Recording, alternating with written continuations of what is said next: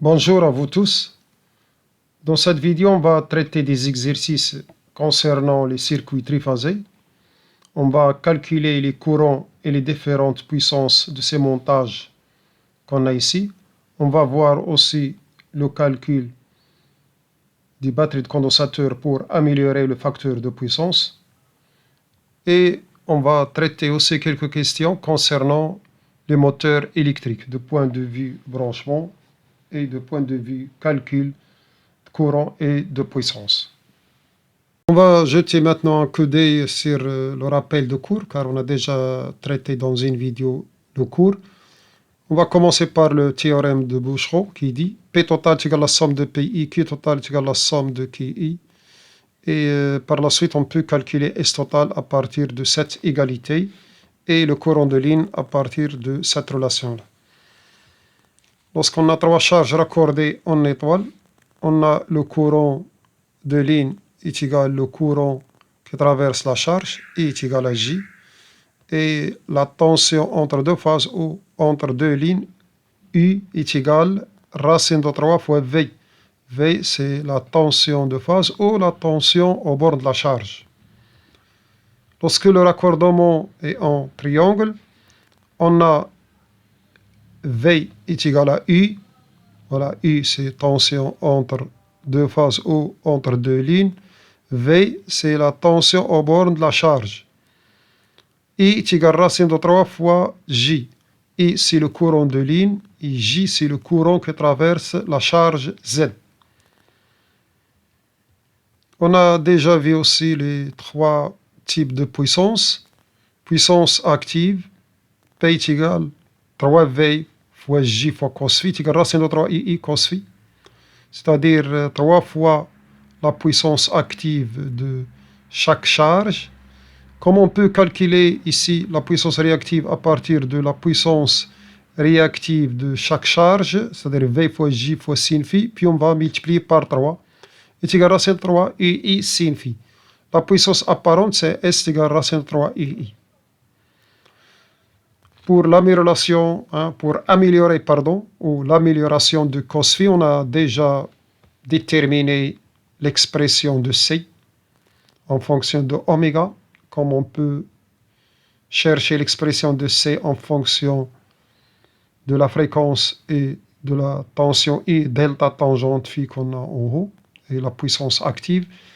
Ça, c'est pour le branchement en étoile. Pour le branchement en triangle, de même, on peut exprimer C en fonction de P delta tangente phi divisé par moins 6P F U au carré. QC, c'est moins 3 I au carré C oméga. Bien sûr, QC, c'est delta Q, c'est Q2 moins Q1. On passe maintenant pour commencer les exercices. Énoncé de l'exercice numéro 1, soit trois tensions représentées sur ce schéma-là. On a V1 en vert, V2 en bleu et V3 en rouge.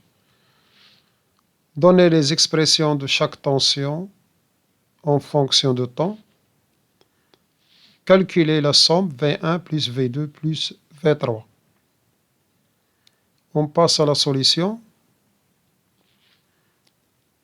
V1, ce n'est que Vmax sin oméga t, c'est une fonction sinus. On va supposer que Vmax égale à grand V. Pour simplifier un peu l'écriture, on aura V1 égale V sinus oméga t. V2, c'est aussi une fonction sinus, mais avec un retard de 120 degrés. On écrit V2 égale V sinus oméga t moins 120 degrés.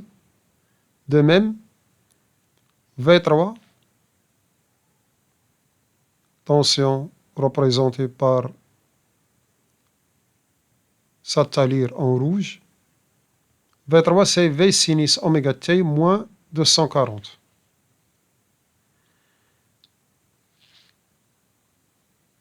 D'autre part, on peut écrire V1, V2, V3 sa forme complexe. V1 est égal à V l'exponentielle J0, V2 est égal à V l'exponentielle moins J2 pi sur 3. 2 pi sur 3, c'est 120 degrés. V3, c'est V l'exponentielle de moins J4 pi sur 3. 4 plus sur 3, c'est 240. Bien, on passe pour calculer la somme. On factorise par V.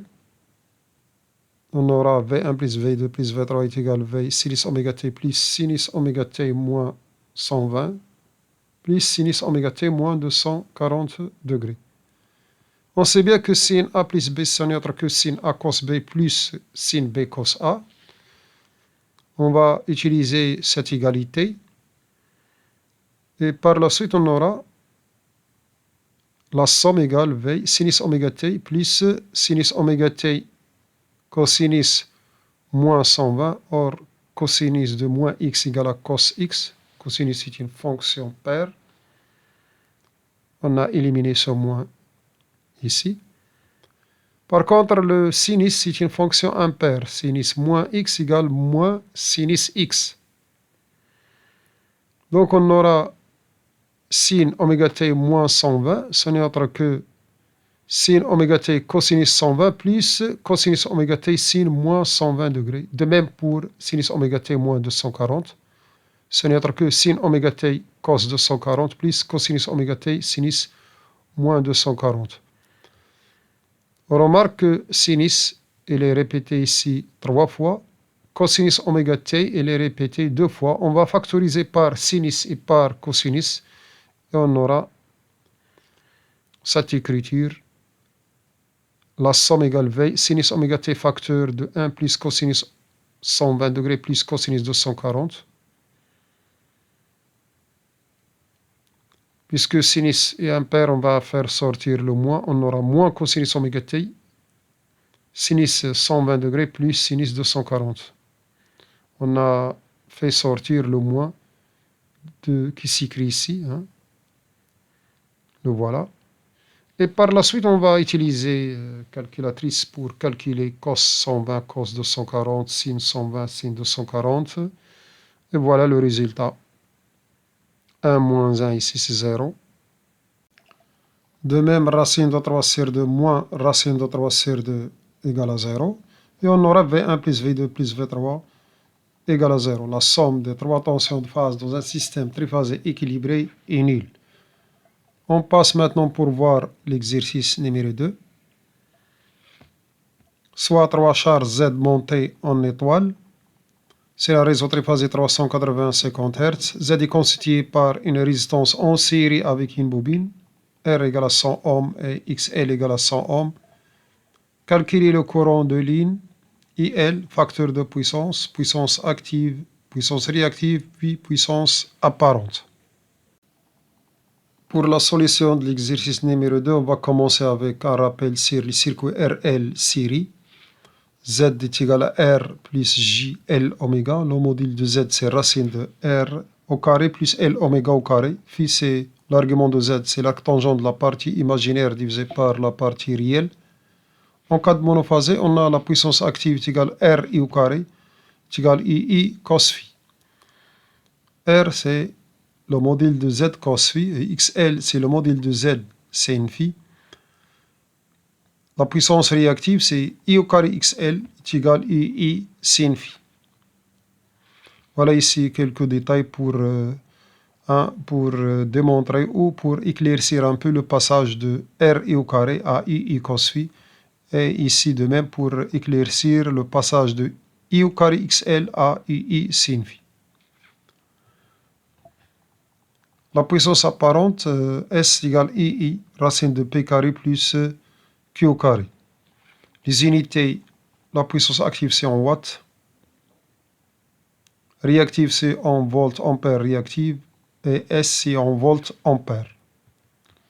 On passe pour voir la solution de notre exercice. Z, c'est 141,42. Phi, c'est 45 degrés. Le courant, c'est V divisé par le module de Z. Or, V est égal I divisé par racine de 3. Application numérique, on trouve 1,55. La puissance active, c'est racine 3 II cos phi, c'est 3 RI au carré. application numérique, on trouve 721,8 watts. De même, pour Q, on trouve 721,8 voltampères réactifs. S, on trouve 1020,2 voltampères. Exercice numéro 3. On va utiliser la même charge vue précédemment, mais le branchement, cette fois-ci, c'est en triangle. On va garder les mêmes questions. On passe pour voir la solution. Le module de Z et l'argument de Z, c'est toujours la même chose qu'on a vu en cas de montage étoile, sauf le courant dans la charge, c'est la tension au bord de la charge. Dans le cas de montage triangle, c'est 380 divisé par le module, on trouve 2,687. Le courant de ligne, c'est racine de 3 fois IZ. Pour la puissance, on peut calculer la puissance active totale en utilisant cette relation 3R IR au carré, soit racine de 3 I fois cos phi. Bien sûr, c'est tension ligne, courant ligne. La même chose pour la puissance réactive, c'est 3XL IZ au carré, parce que IZ c'est IXL, c'est la même chose. Soit qu'on utilise racine 3 I sin phi. Et on trouve la puissance totale et la même chose, on trouve Q total. S total est égal à racine 3 II. Et finalement, ce qu'on a remarqué, c'est lorsqu'on passe d'un montage étoile au montage triangle, sans faire le calcul, uniquement on peut multiplier par 3 pour avoir P triangle en cas de montage triangle égale à 3 fois la puissance active en cas de montage étoile, de même pour la puissance réactive et la puissance apparente. Dans le cas de montage triangle, on prend le calcul déjà fait pour les puissances en cas de montage étoile et on doit multiplier par 3. Je vais vous éclaircir cette notion. On va commencer par le branchement des charges en étoile. On sait bien que V est égal à I divisé par racine de 3. Et I' est égal à J. Le courant, c'est la tension au bord de la charge divisée par le module. On remplace V par l'expression I sur racine de 3 et on aura I' étoile égale I divisé par racine de 3 fois le module de Z. Ça, c'est l'expression de la puissance active. On passe pour le montage triangle. On a I' égale racine de 3 fois J. Et J, c'est I divisé par Z. Parce que la tension au bord de la charge, c'est la tension entre deux faces, c'est la tension I. On aura I' triangle, c'est racine de 3 fois J, c'est-à-dire racine de 3 fois I divisé par le module de Z. Remarque, si on divise I' triangle par I' étoile, on aura un nombre 3, c'est-à-dire I' triangle divisé par I' étoile est égal à 3, parce que I sur le module de Z sera simplifié, et il reste uniquement racine de 3 divisé par 1 sur racine de 3, c'est-à-dire racine de 3 fois racine de 3, c'est-à-dire 3 fois. Bien, on passe pour calculer la puissance au cas de montage triangle, c'est racine de 3 I' triangle cos phi. Je remplace I' triangle par cette expression, voilà, par 3 fois I' étoile, et on aura puissance en cas de montage triangle, la puissance active en cas de montage triangle, c'est 3 fois la puissance active en cas de montage étoile. Même raisonnement, on peut l'utiliser pour déduire la puissance réactive en cas de montage triangle, c'est 3 fois la puissance réactive en cas de montage étoile, et la puissance apparente S triangle égale 3 fois S étoile.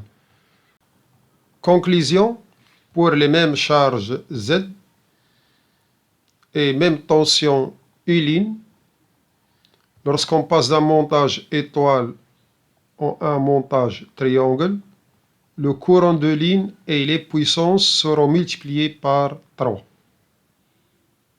On passe à l'exercice numéro 4. L'alimentation triphasée 230-400 volts 50 Hz alimente un circuit triphasé de 3 charges Z équilibrées dont la plaque signalétique porte l'indication 400-600 volts 50 Hz. 230, c'est la tension entre phase et neutre, c'est-à-dire V1, V2 ou V3. 400 volts, c'est la tension entre phases, c'est-à-dire entre deux lignes. C'est I13 ou I12 ou I23, c'est 400 volts. La plaque signalétique du charge, 400-600 volts, 50 Hz. 400 volts, c'est la tension nominale à ne pas dépasser pour une charge Z.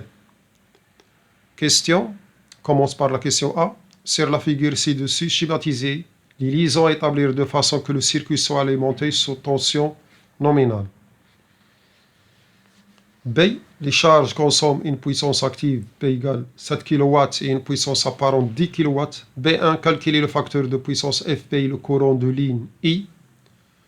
Question B2. De façon à relever le facteur de puissance à 0,98, on ajoute au montage précédent 3 condensateurs montés en triangle entre les 3 phases. Calculez C et le nouveau courant de ligne ILC. Bien, on passe à la solution. Le montage, c'est en triangle, parce que la puissance nominale de Z, c'est 400 volts, et la tension entre lignes, c'est aussi 400 volts. Pour calculer le facteur de puissance, on doit diviser P par S. On trouve 0,7, c'est-à-dire l'angle, c'est 45,57 degrés. Pour calculer le courant, on utilise cette relation S égale racine 3 II, c'est-à-dire I est égal S divisé par racine de 3 fois U. Application numérique, on trouve 14,43 ampères.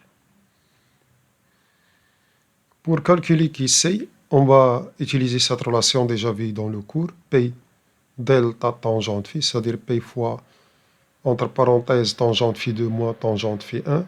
On a les angles, on a P égale 7 kg, on trouve moins 5,112 kV. On a trouvé QC égale moins 5,72 kV. D'autre part, QC est égal à racine 3 fois I fois IC, ce courant-là, fois sinus moins pi sur 2, parce que l'argument de ZC, c'est moins pi sur 2.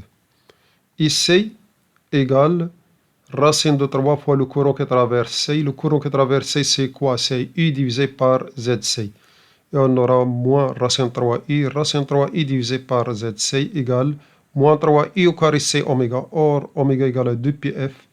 Voilà, oméga égale à 2πf. On trouve QC égale moins 6 CI au carré PF. D'où l'expression de C, c'est moins QC sur 6U au carré PF.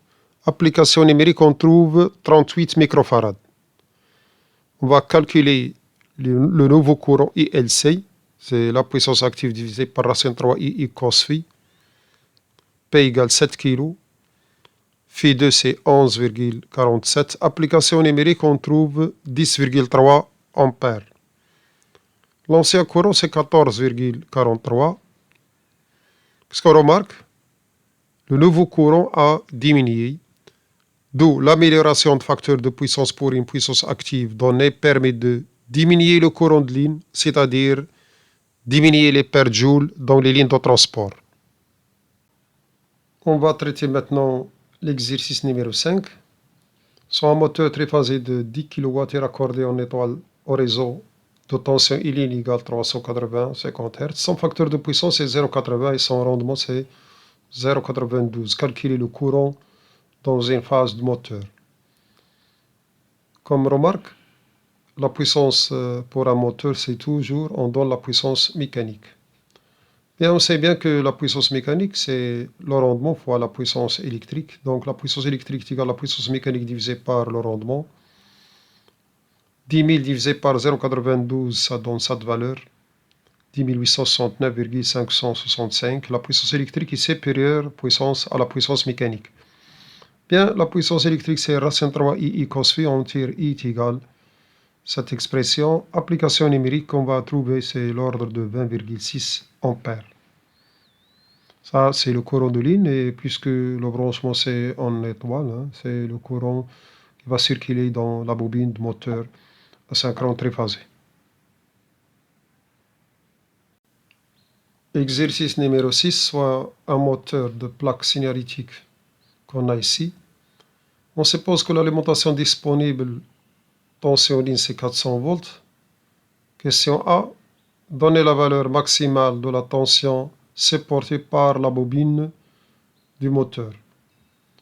Représentez les liaisons à établir entre ces différentes bornes. Voilà, on a les trois bobines. Calculez la puissance électrique et la puissance mécanique pour un courant consommé de 3 ampères. Examinons maintenant cette plaque signalétique. La puissance mécanique, c'est 1,5 kW. Cos phi, c'est 0,78. Le rendement, c'est 76%. Couplage étoile, 400 volts. Si on a une tension de ligne 400 volts, on doit coupler le moteur en étoile. Si on a tension entre lignes, c'est 230, on doit coupler en triangle. C'est-à-dire, chaque bobine ne doit pas dépasser combien? 230 volts.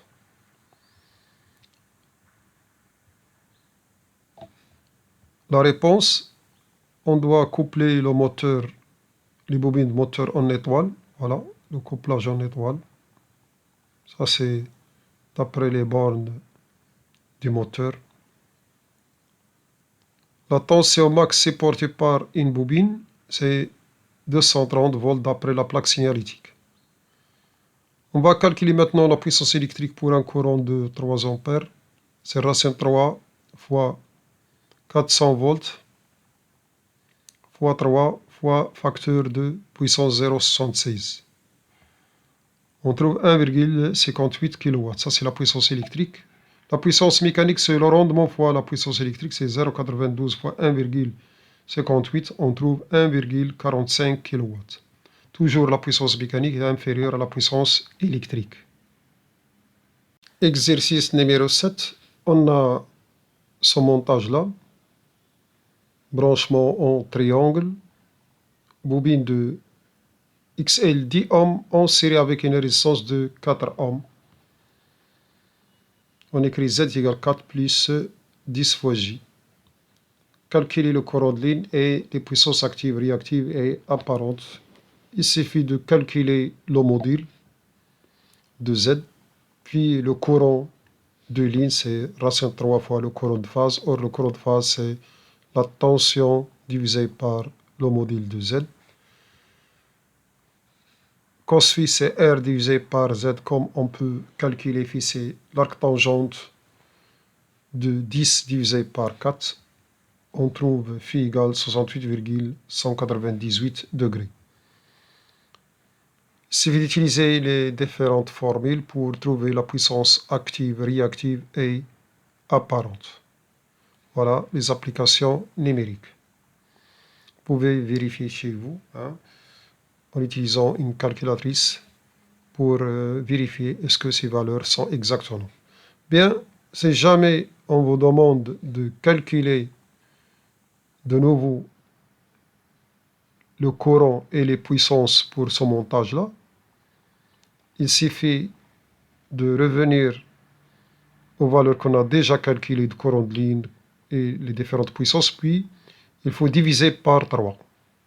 Sans refaire le calcul, il suffit de diviser le courant par 3 et la puissance active par 3, ainsi que la puissance réactive et apparente.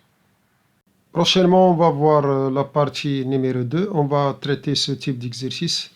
On va essayer de calculer le courant de ligne total, la puissance totale, active, réactive et apparente. Et par la suite, on va essayer de faire l'amélioration de facteur de puissance et voir son impact sur le courant de ligne. Bien, on a terminé cette vidéo. Merci de votre attention. Abonnez-vous pour recevoir automatiquement les prochains cours et merci encore de votre attention.